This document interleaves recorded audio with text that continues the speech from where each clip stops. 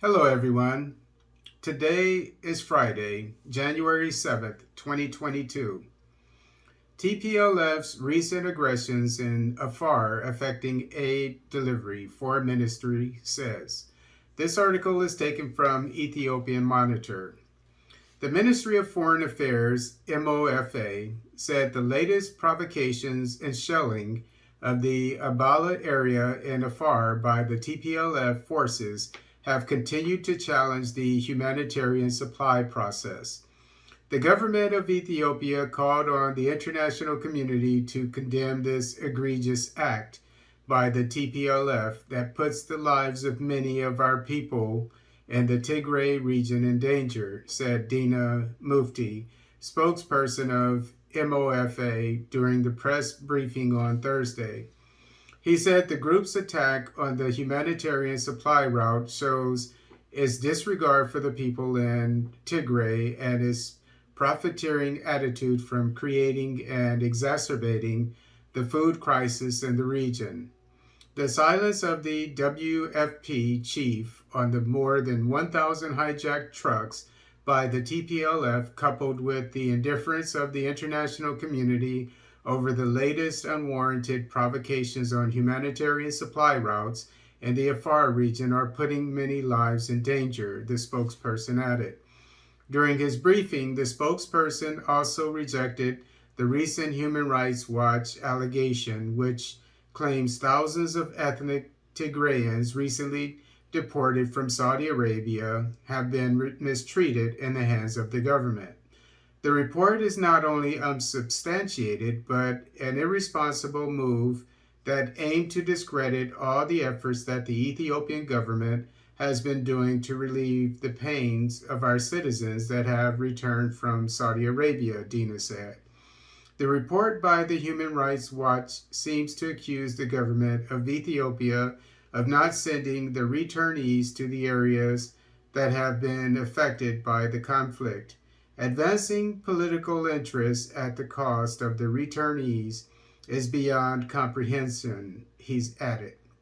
The government repatriated more than 40,000 Ethiopians from Saudi Arabia in just a couple of months, regardless of which ethnic group that they belong to, the spokesperson said. I'll believe the Ethiopian government any day over the TPLF and the NGOs that work there that are obviously in cahoots with the West, which is where they come from. It's funny that it seems, I don't know, but from what I'm getting from this, that the TPLF is still at war with the Ethiopian government, still making attacks from Tigray region. And if that's the case, the West isn't reporting anything about it.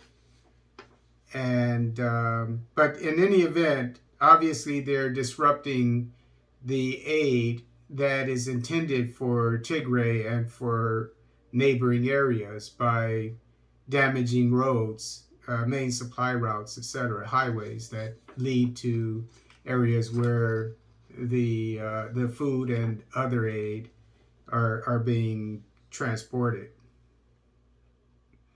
So we see which side the West is on. It's on the side of the TPLF, the terrorists.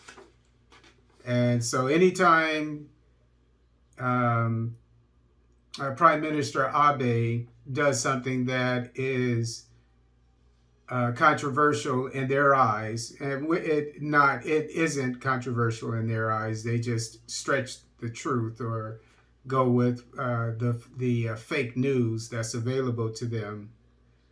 They'll report it. But anytime something is done against the Ethiopian government, nothing gets said about it.